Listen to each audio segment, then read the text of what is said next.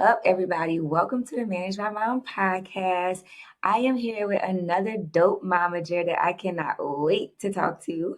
Her name is Gina Wilson. She is a boss, and I've been knowing Gina for a minute, but I didn't know all these things about her until she sent me her bio.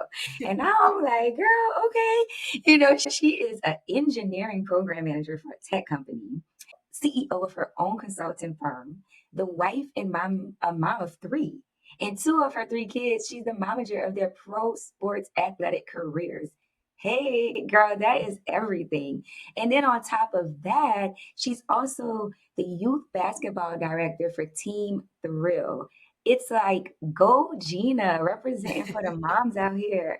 Welcome. Thank you. I'm proud. My biggest job and accomplishment is being a mom. I love it.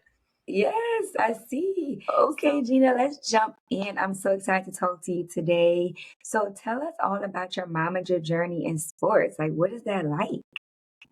it's really been a fulfilling journey because it's fun. I come from a sports background, so I was one of the moms that I didn't force my kids to play the sport, but allowed them to be introduced to a number of things. It just so happened that they stuck with basketball. So like my daughter, for example, played soccer and uh, cheerleading competitions, and she also did the volleyball. So she did volleyball. So she was doing like a lot of different things. And so as a mom, for me, the journey has been just allowing them to be a part of team and just know those characteristics and things that I feel that would make them, you know, better, well rounded. Mhm. And sports plays a major part of that. So I was happy to see that part of the journey starting out in its early form of just allowing, them to gravitate to something, be a part, be a leader, learn, some adversity early on. And then, as the journey went on, there were different hills to climb, but I felt like we had a good footing when we started. So you play basketball too. Yes, so I played basketball. I didn't start playing basketball until like I was about a 10 or 11 years old.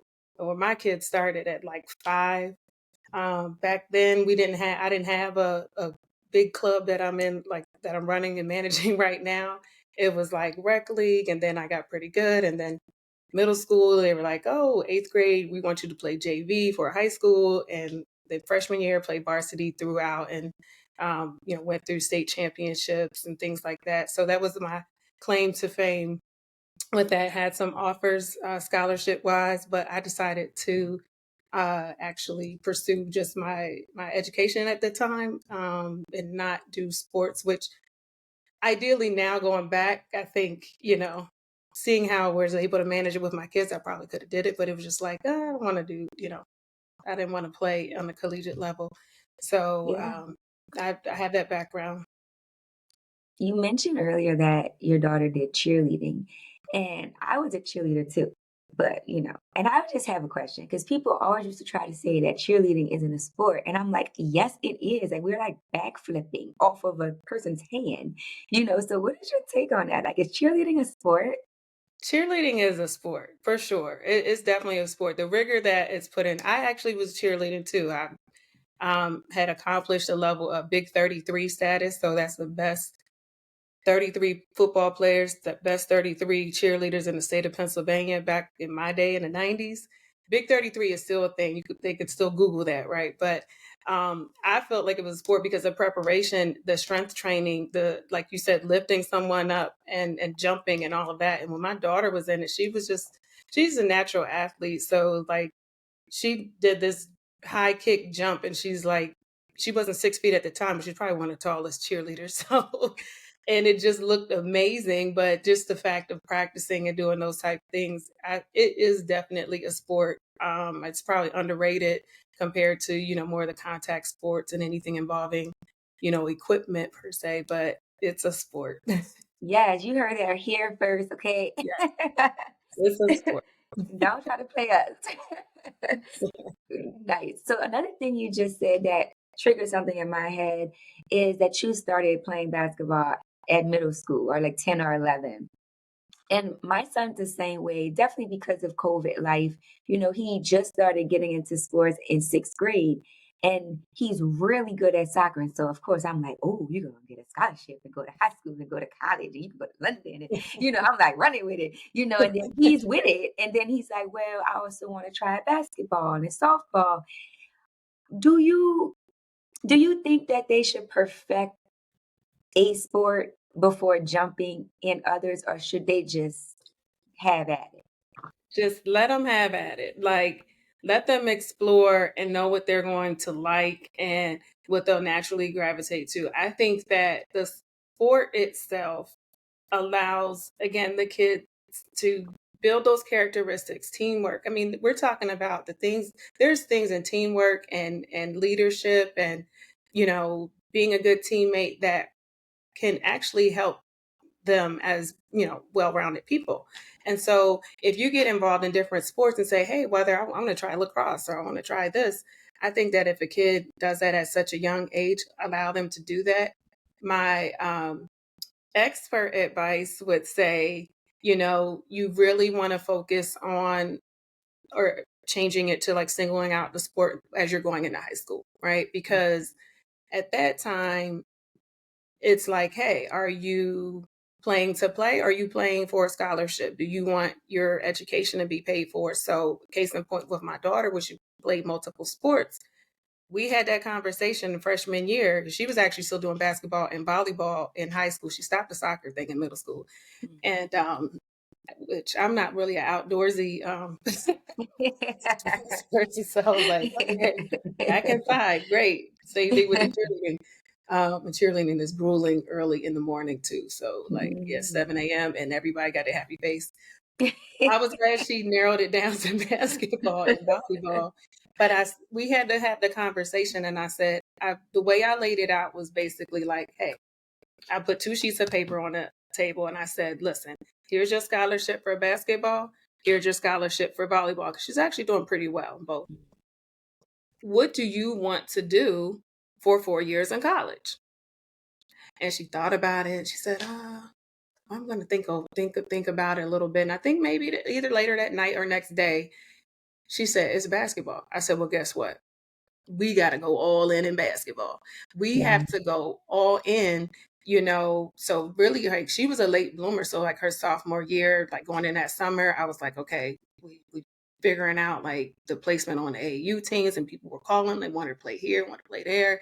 They wanted to change from private school to or public school to private school, but she stayed in public school at Montgomery County at Paint Branch because she was like, we're doing good. They were going to state championships, regionals every year. So with that said, it was just like really putting that all together for her to decide.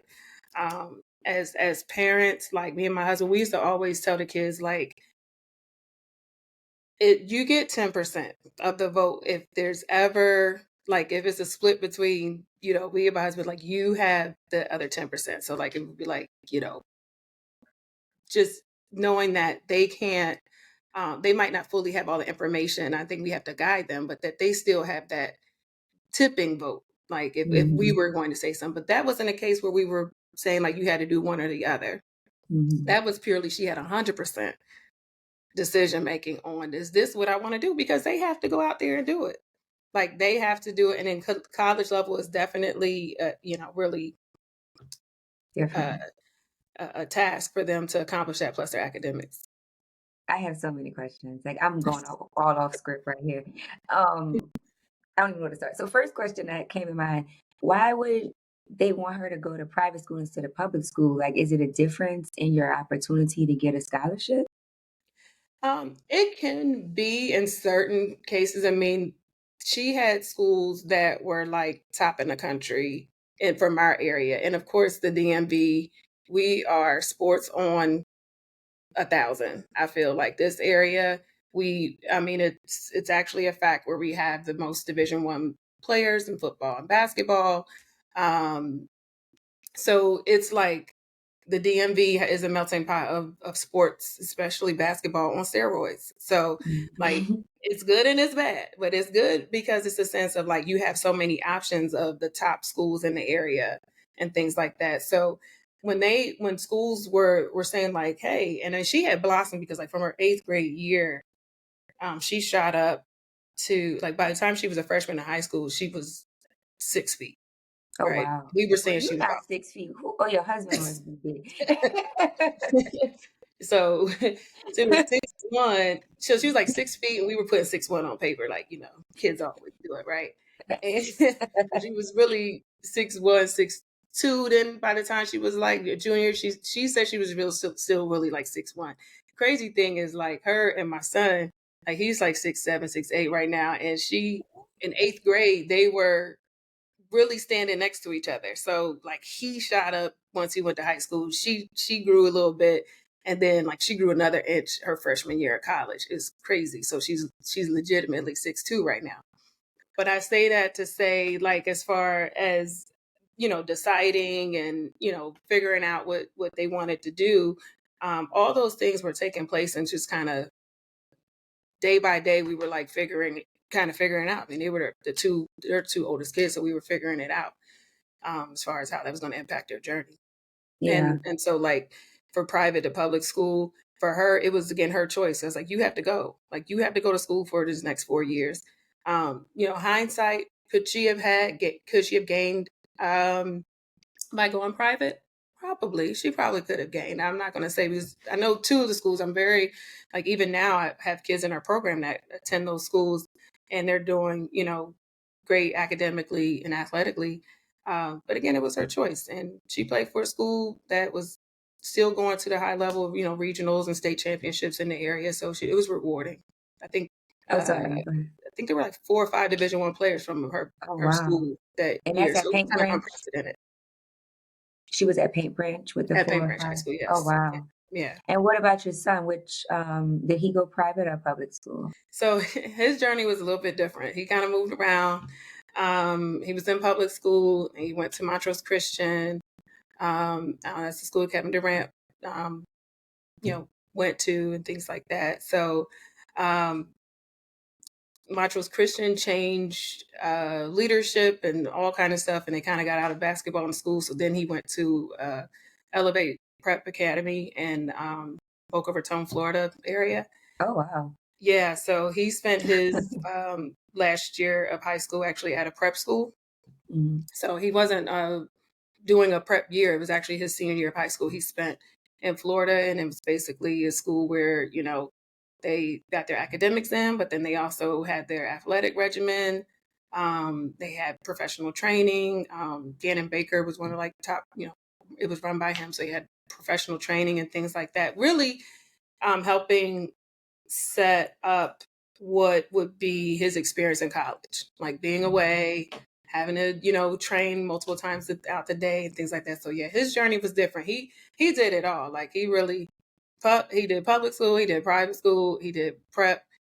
He had all those experiences, and it was like we were trying to figure out, what was going to be the best. And same thing with him. He had the option, if he wanted to stay here and go to a private school. There was, tons of schools in the area, top schools in the area calling for him. We sat down, we met, and when it came down to it, said, "Hey, what do you want to do?" And that's what he chose. So I think we might have been house divided on it at one point. I knew I wanted him to get away a little bit, but then I also like wanted him to be home and enjoy some of the experiences, as a kid.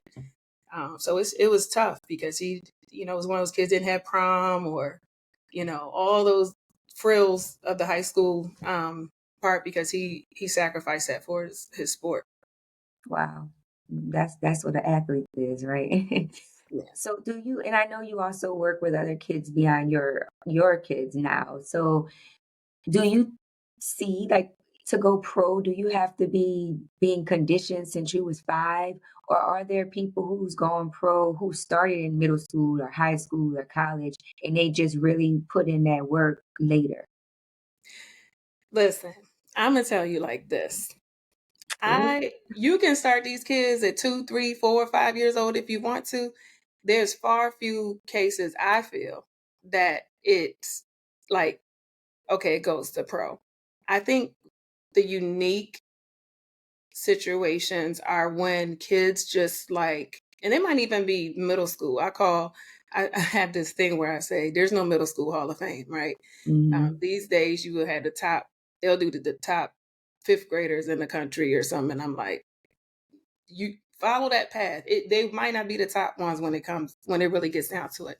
And reason I believe that, and I've seen that over the course of the years, is like, and not saying that you might not have one or two that okay started from five, and they, you look at some of the celebrity sons and things like that, and they have it's different for that. But just for us, I believe that the kids that have one that can play multiple sports and things like that or do other things.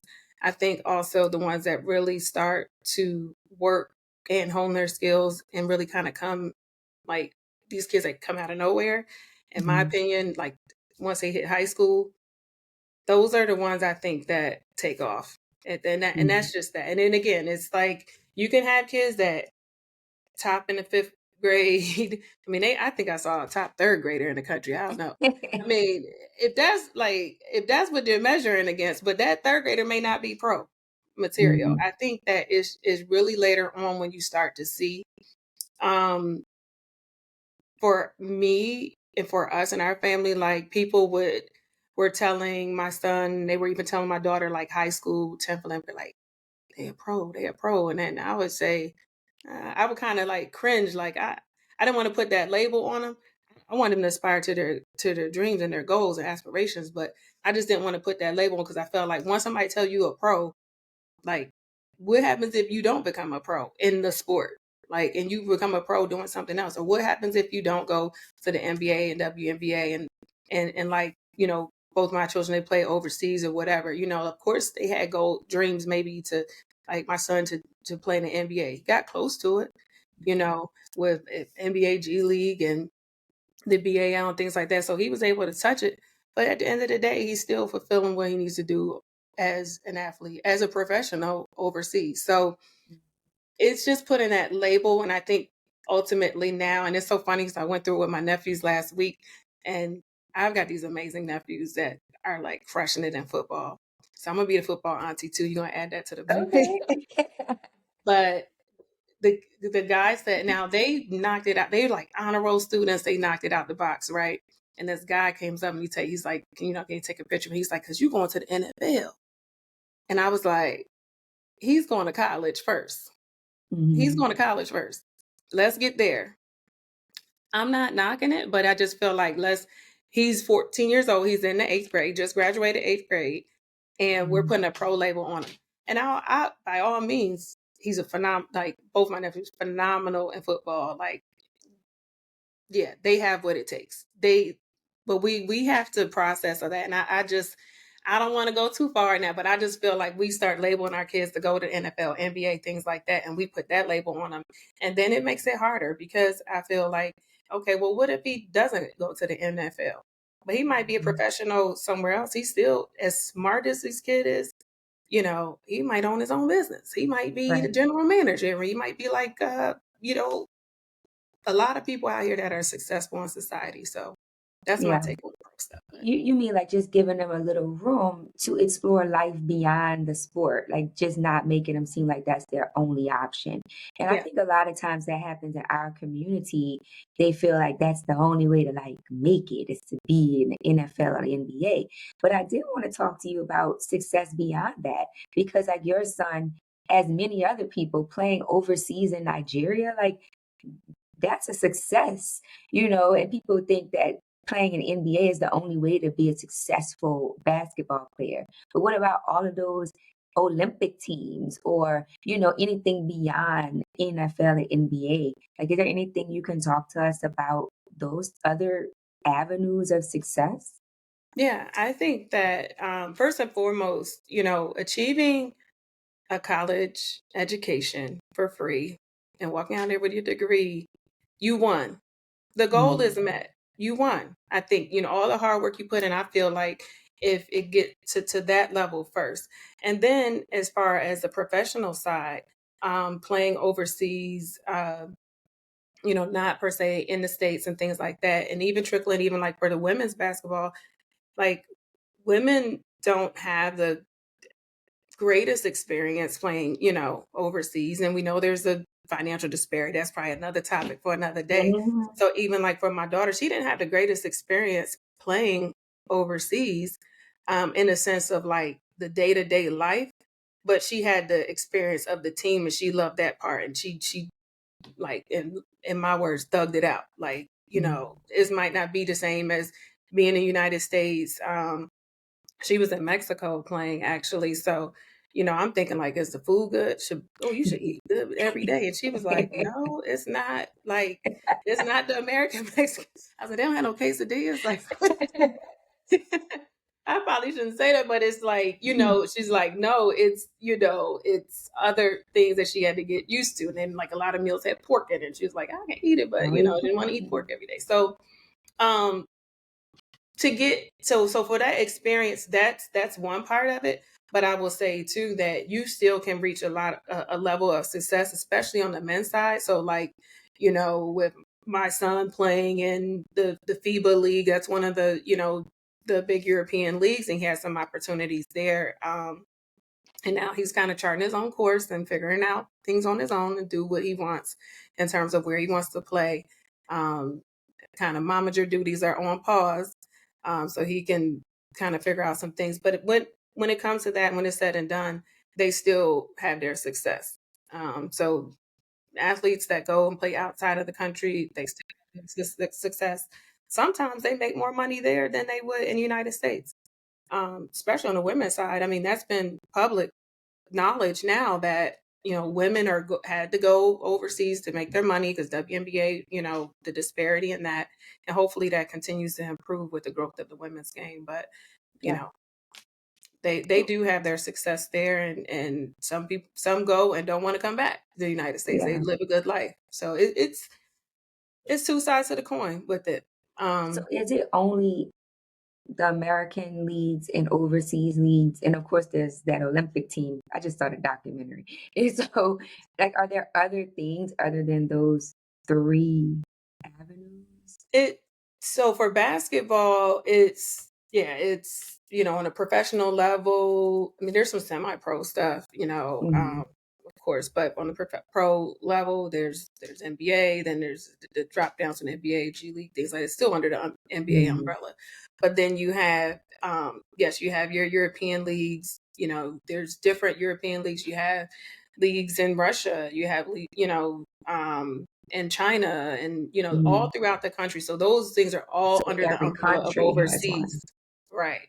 But it could be Oh, different got ones. it. So they, you know, depending on the level of the player, some retired NBA players to go play in, you know, different countries and things like that. So Mhm.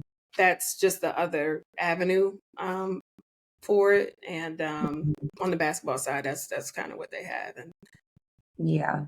Well, you kind of touched on this a little bit, but I was thinking, like, how do you keep as a momager to an athlete, how do you keep them healthy over the years? So you talked about like not boxing them into only like being pro is their only option, right? But like, do you have strict diets and at home? Do you make them practice on Christmas morning? Like, like what are you doing to not just keep their bodies right, but also like their mind and their energy? yeah. So I'll tell you a funny story about the nutrition thing. My son, both of them are very, very slim. So my son in particular, we were like, okay, we gotta gain some weight, you know. So I'm like, okay, well, let me make some pasta, get I don't know, get extra.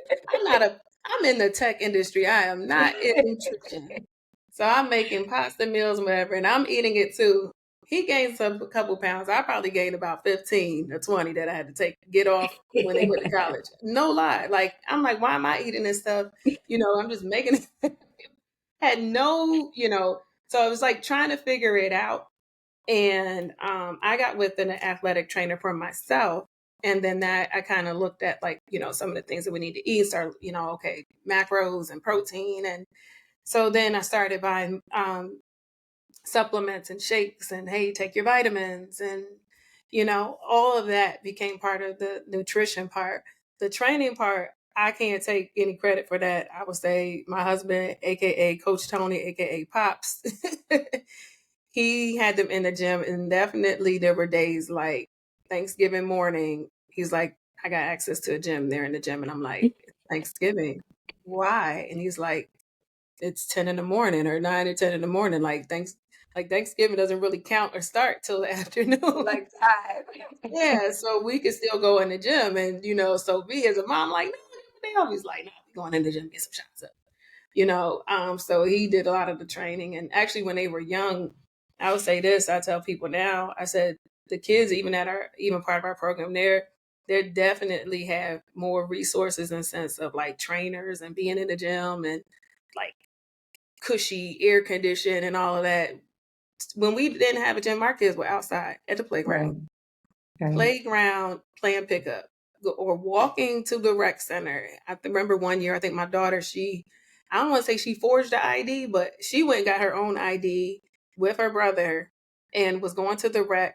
And like she would sit on the sideline and then she would get into run, up against the guys. When they went to the park, it would be 80, 90 degrees. They were out there, like, took their jug of water and went in. And that's, I feel like it was like its purest form Mhm. compared to what I see now with the preparation. So for me, as a momager, I like allowing them to be kids. I think that's the main thing. Like, when you're a momager, you still have to look at it like, these are my kids, and I don't want to treat them like a client or treat them like, you know, like it's business all the time.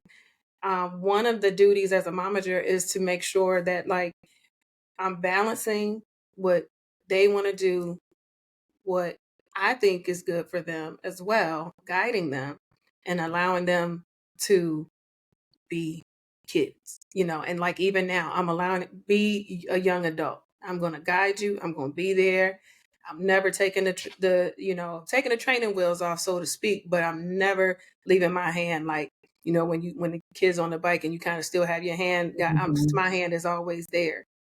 And that's what I feel as a momager is one of the main things that I kind of hold as a way to still push them and be there, but not be like overbearing. Is Yeah, I guess maybe we've been given that title too sometimes from the outside. Oh, they're overbearing. No, I'm supportive.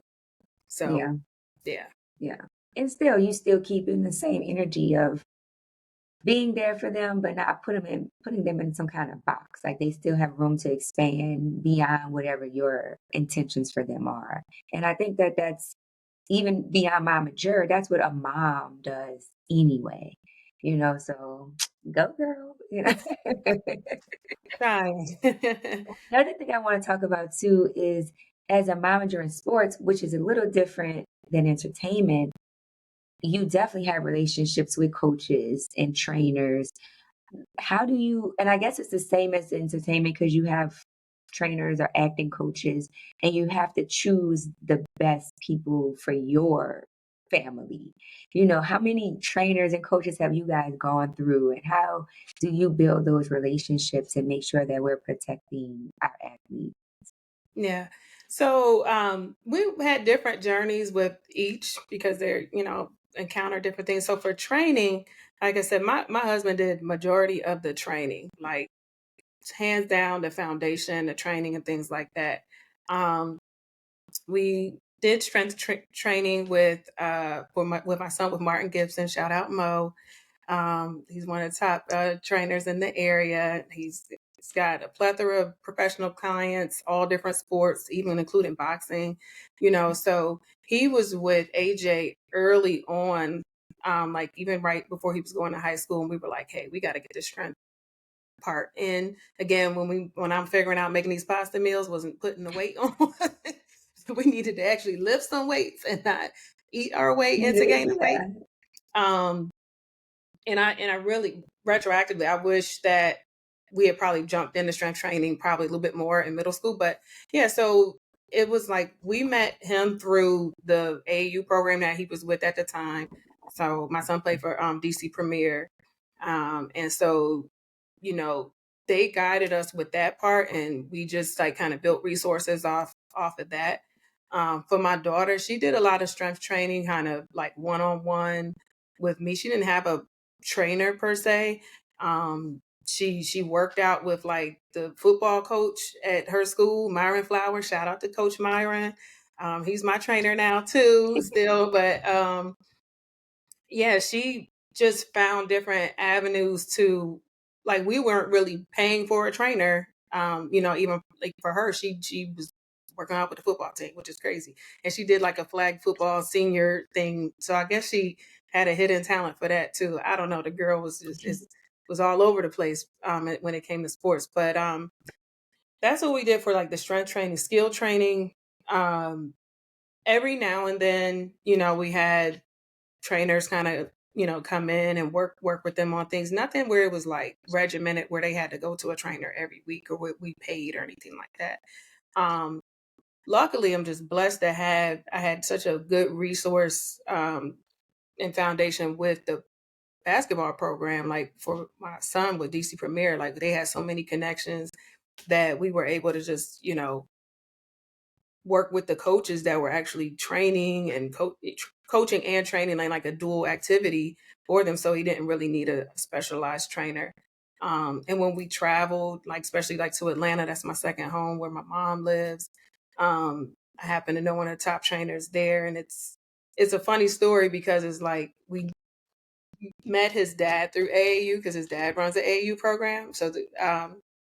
And then when my brother was friends with this guy, I was like, hey, yeah, I think this guy could train the kids when they come down to Atlanta, for vacation or when they have tournaments.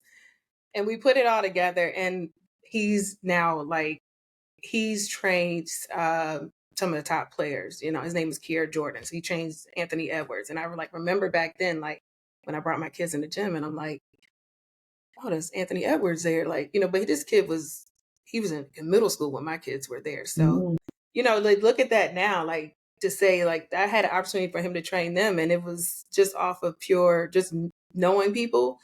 So when we, weren't in the area, they were able to be trained by Kier. So I was just really mm, appreciative of that. But yeah, didn't have a regimen specific.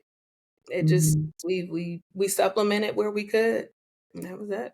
So what's the incentive for going on onto all these leagues? Because like I know a lot of kids play at school, but then everybody I know with basketball kids, they play in the AU as well, and they're like gone all weekend at all these tournaments. So is that like where you go and network or just get more exposure when you're playing in all these leagues outside of your school? So I'll tell you another quick really story about the word exposure that I'm now removing from my vocabulary Oh, in that context, and I'm going to tell you why.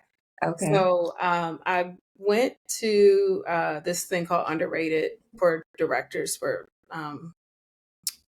basketball directors and on the Under Armour platform. And Underrated is a concept that Stephen Curry came up. So there was a talk that his dad held, Del Curry had held, and in that discussion, he used the word opportunity, not exposure. Yeah. And he too was a parent that coached their kid and, ran an AU program. Like he ran a program like specifically, for his kid and things like that.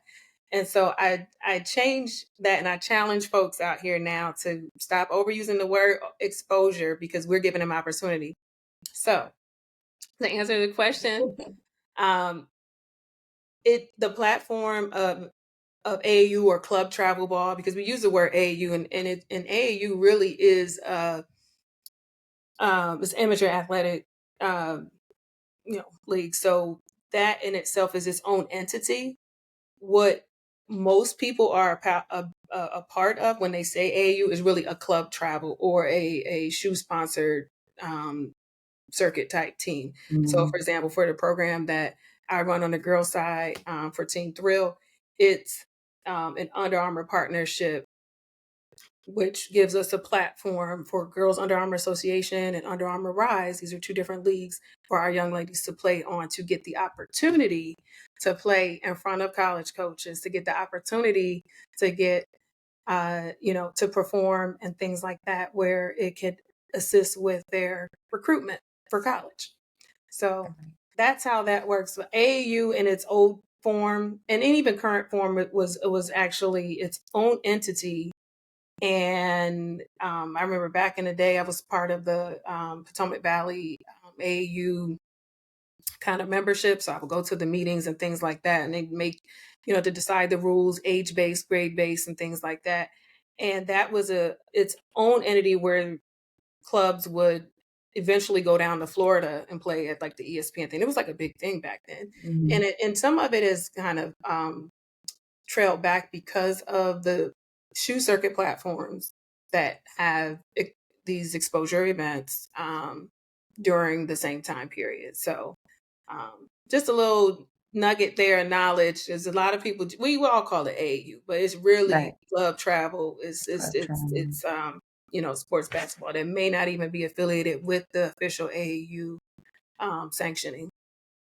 Do any of these leagues or even your own league are is there any way that we're preparing them if there's injury that doesn't allow them for the things that they think that they want to do? Like, is there something that is already set in place?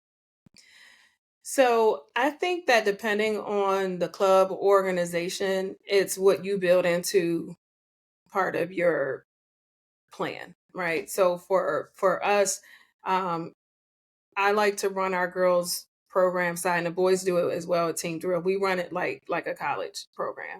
So in terms of having some recovery, we implement yoga and stretching, and I even had cryotherapy when we were traveling. We were going to different cryotherapy places, and then we connected with DMV Cryo.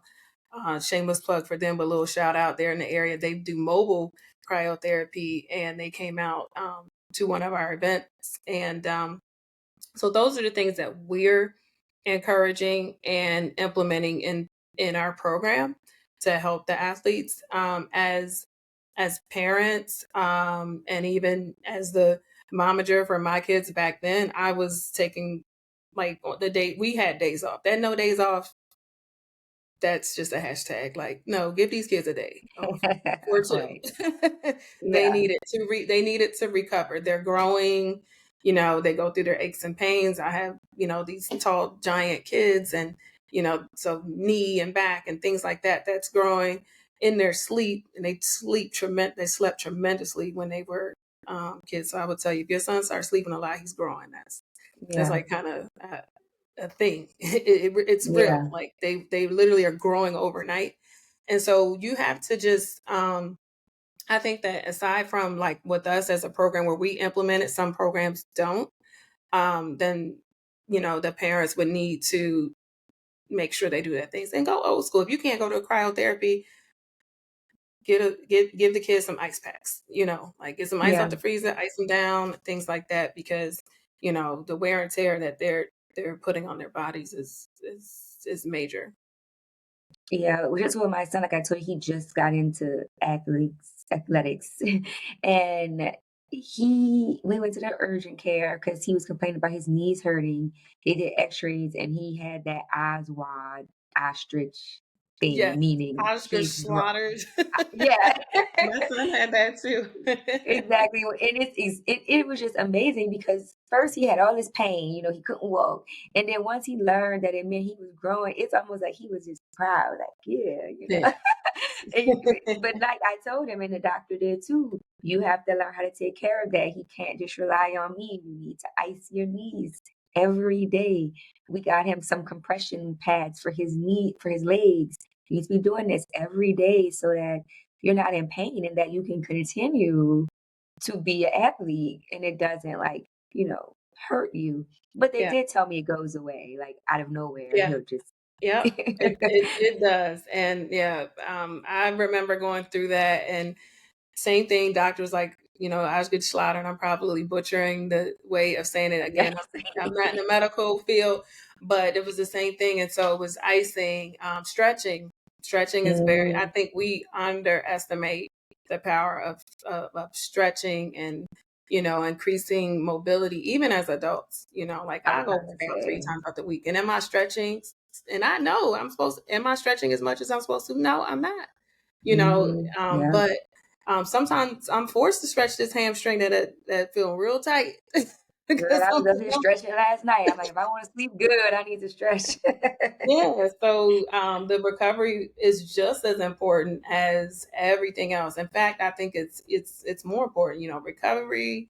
Some of the uh, non-physical things, mental, health, Hmm. just making sure you do a mental check with the kids. So like for me as a momager, is doing those mental health checks, right? And a lot of times, so just switching gears from, recovery, but I think the mental part is too, because, they're going through wins and losses and nobody wants to lose. Right.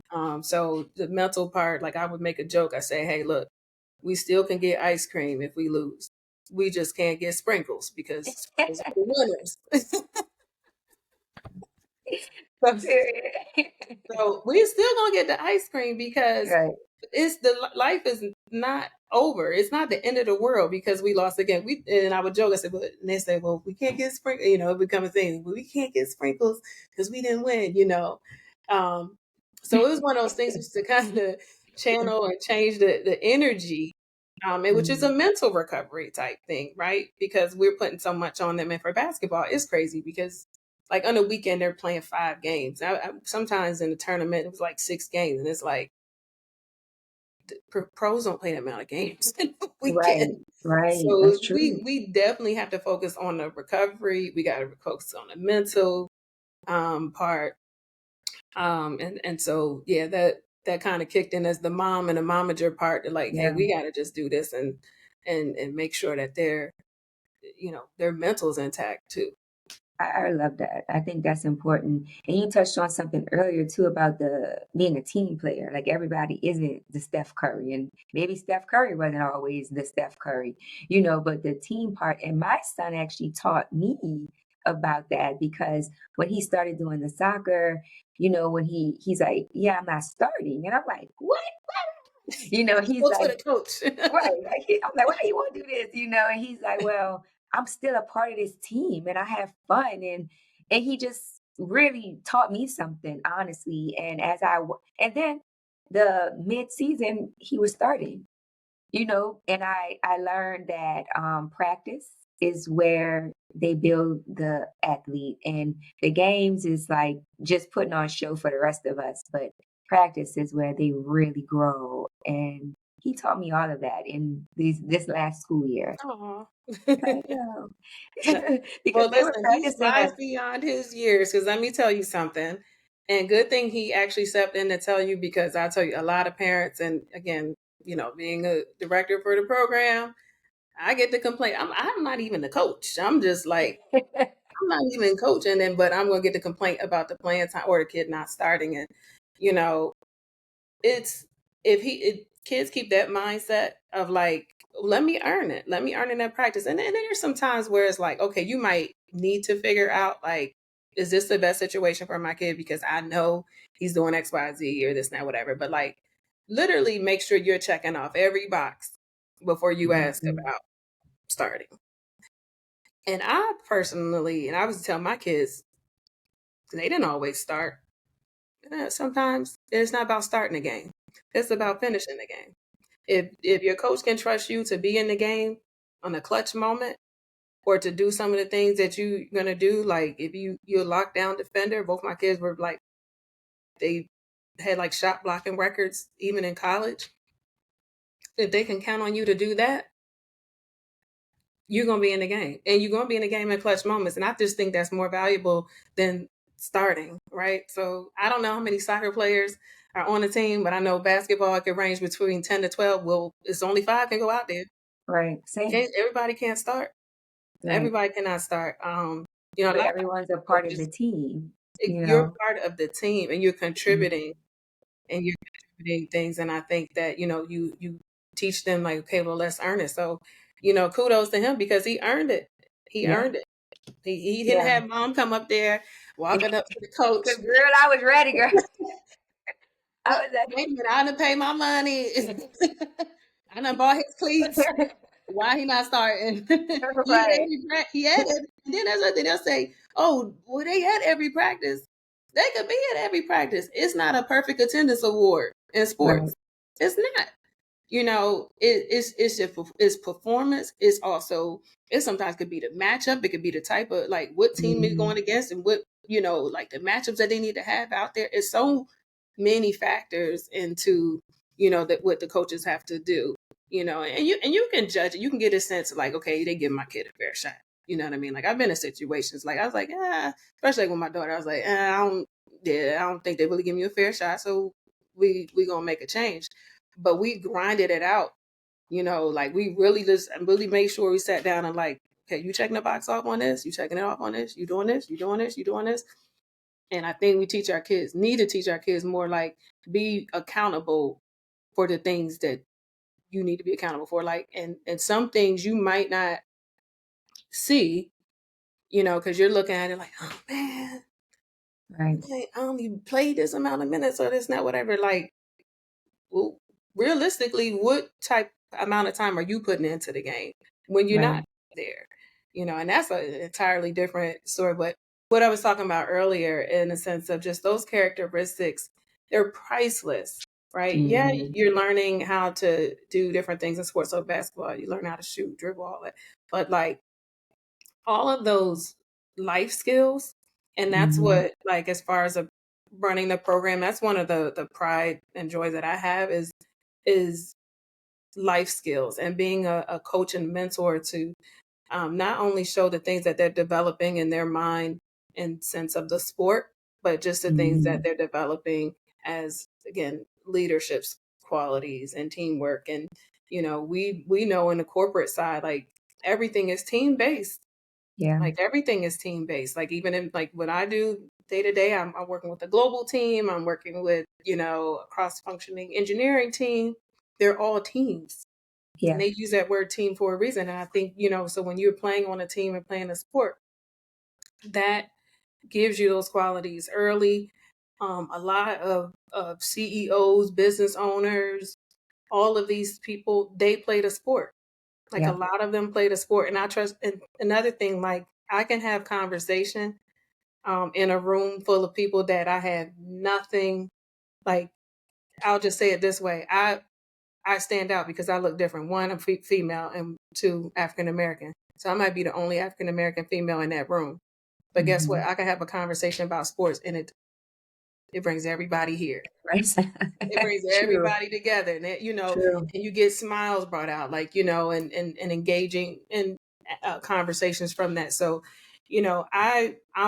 I'm pro, like, sports or any activity. I think where a kid can be a part of something, because it is going to allow them to utilize those soft skills as they get older. Yeah. Yeah, I love that. I love observing and learning sports and the benefit of sports beyond the game. It's so much there. I just love it. Yeah. So let me ask you this. So in entertainment as a momager, we do a lot of contract negotiations and how much we paying my child, and we need two rooms and two plane tickets. are are you also negotiating deals? Yeah. So for my son, his deal in the BAL, which is the subsidiary of the NBA G League. It's a Hmm. funny story, but I won't tell it in the entirety because I don't want to embarrass him. But I basically ended up having to talk to the vice president of the team in Nigeria, and there was, like, some disconnected communication. He had an agent and things like that at the time, but again, there was just some disconnect. So when I get on the phone with this VP from Nigeria, he's like, "Oh, we want your son. We've been trying to, get in communication with him. Like, we need it." I'm like, "Okay." So then from there, it's like, send me a contract. Then dealing with international stuff, like, are you paying for the visa? Like you said, like, and for you'd saying, like, can you pay for two rooms? Like we got to get all this paperwork done. So it's a process. And the crazy thing about it, it's a quick turnaround. So, like, I Hmm. remember talking to him, then talking to the agent to make sure, review everything with the contract, that it makes sense. And then, like, he's gone like 3 days later, 3, 4 days later, so Hmm. it moves pretty quickly in that sense.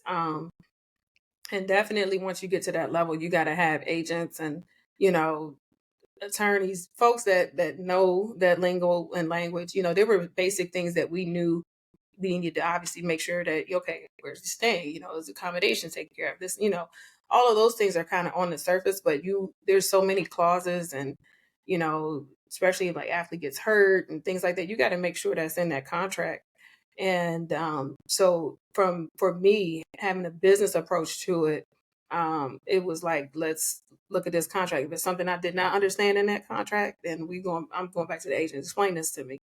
Like, Yeah. what is this? And that's how you have to go about it, you know. And I think that's like the the tip when you think of like a momager, right? You think of like, you know, Chris Jenner, right? When she's going through contracts, look at the contracts she's probably has to go through with, you know, makeup companies and clothing companies and things like that to see like you know, how they're going to be reflected and things like that. That's a whole different category. But on the sports side, Right.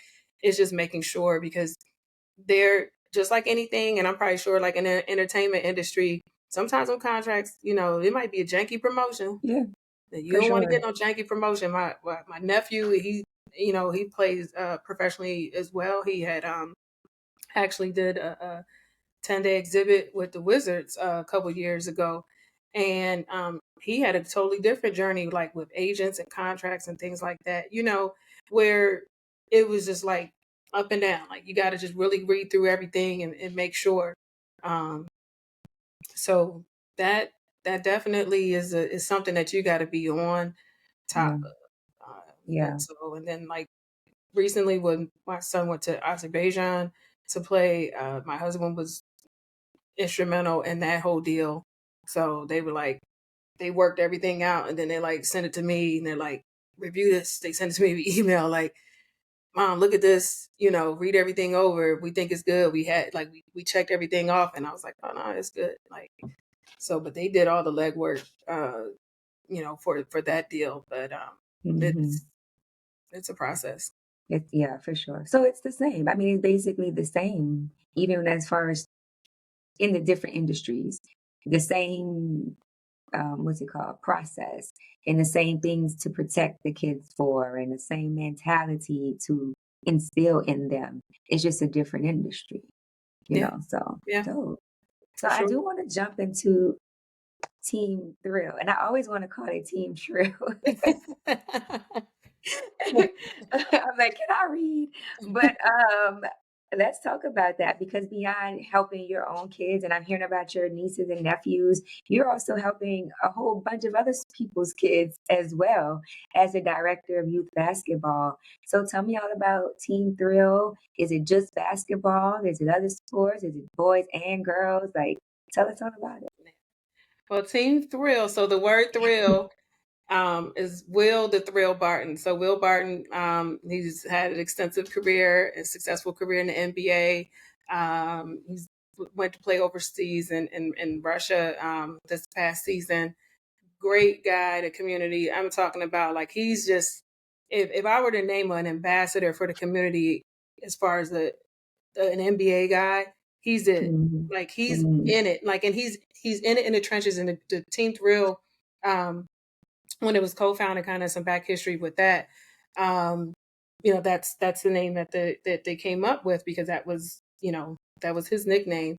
And so with that said, in terms of the naming and all of that, that's, you know, where it comes from. But Mhm. for my role now as the girls director, there is a boys and girls side. So it's a program that houses, I mean, hundreds of kids from like kindergarten on up. Shout out to Coach Mookie Donnell Dobbins because he's also the director on the boys side, but he's also part founder of Team Thrill as well. And he will work with a kid in the first grade, like in the gym with them, and then like 3 days later, he's with Jarris Walker, who plays for the Indiana Pacers. Like, Wow. so he just what he does as far as like kids that have come up on the program from the boys side to become professional athletes is amazing. And working on the girls side, I aspire to help, you know, to get to that level where we have a professional athlete coming from Team 3. I think we're on the way. We got one or two cooking. But Nice. with that said, the experience is the paramount feature for me on the girls' side, because I think, like, especially with girls basketball, we're dealing with a lot of different things and challenges. We have some emotional struggles. We have just, again, the sport itself is now growing, but there's some disparity there between the girls and the guys. And so part of my role also is not just managing the logistics of the program and doing all of that, but it's making sure the kids have a good experience. You know, um, when my daughter played one of her earlier teams, she didn't have a good experience. It just is what it is. And as a parent, you sit there and you're like, man, like, what can I do? And we didn't want to flip flop teams and things like that. We did end up changing, but that resonated with me, where I was like, if I'm going to do this, because I worked with the boys side for many years before I switched over to running the girls, I said, we need to make it a good experience for them. So that's at the core of what I do. So that's why we implement a lot of things in terms of, like, off court, um, making sure that we educate the parents on recovery, educate them on the process. I can tell them, I'll take my director's hat off and put my parent hat on and tell you, like, as a parent, I would do this. As a director, as a program, I have a program to run, and this might be the answer. But I'm really transparent with what this process is about. And the fact that, having kids of my own that have done it on every level. My daughter's now a college coach now, so I'm like, even we add that I to saw that. she's Yeah. assistant coach, yes, at Washington Adventist University, 3 years in, one of the young rising stars in this area. So it's like, we've done it on every level, and we want to educate and help everyone else, because guess what? If I had a Gina Wilson helping me back then, I wouldn't have been eating that pasta. Thinking that was the way. No, seriously though, if I had a Gina Wilson back then, um, like, as far as program director, I could have done some other things that really would have taken off, like with my kids, just having that support and being educated. Because a lot of things we were just walking through, Right. figuring it out, doing the votes in the house, checking the boxes, thinking that, and so now Googling. it's like, yeah, I have an opportunity to give back. And how I met you, I do community, charity events and things like that, and show the kids that we're doing these things. So, like, I feel like, leadership is not just always telling someone what to do or anything like that. It's showing. Yeah. It's showing. So when I show up in a room or I show up in the gym and I get to mentor these young ladies and pull them off to the side and say, hey, keep your head up, blah, blah, blah, blah. Or, those things actually mean a lot more to me, especially when they take it, or if they have a challenge. It could be, something in school or whatever. That, to me, is what's helping to boost the community, all the community players, and just helping these kids become successful in life. Love it. Well, definitely everybody go check out Team Thrill, Yes, gang is thrill. Rolling Field. Hashtag gang is thrill. Okay. That's our That's thing. your hashtag. Yes, the gang is thrill. It's thrill. So So let yeah. me ask you, what advice would you give other moms or momagers or dads who have athletic kids that they want to be in sports? Do you have any advice? So my advice to moms and dads, just parents overall, is to allow your child's journey to be their journey. Don't compare. I came up with a thing this year, and I said, don't compare, compete. And so, as long as you're allowing your child all the opportunities, that are available to them to compete, to get better, to be good teammates, to be around good people, allow those things to play out, because I'm a firm believer that we don't control destiny. So if it's destined for our child, and we, as a parent, to be a pro, they're going to be a pro, right? That we don't, I believe in a higher being and calling, that's destined. So as a parent, we just have to guide through the journey. Don't get caught up in comparing with everyone else and this kid got this and so I got to do this or I, no, your kid's journey is your journey. And I learned that even just it's kind of organic because I have a son and a daughter like that are playing the same sport and it's totally different experiences for them. Totally different what ways we had to attack certain things that they encountered.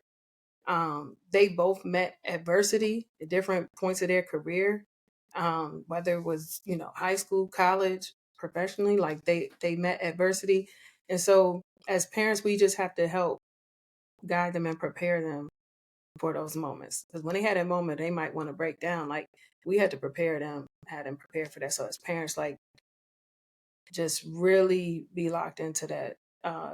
The journey itself is for your child. Don't compare. Get you a Gina Wilson, honey.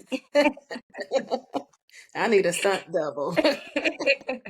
No, but we're coming to an end. But before we do, I definitely want to talk about your nonprofit because I see that it's helping athletes fund sports, and that's big. Anything that kids do costs way too much money, and I know that sports is so expensive, especially if you're talking about chiropractors and trainers and AU and travel.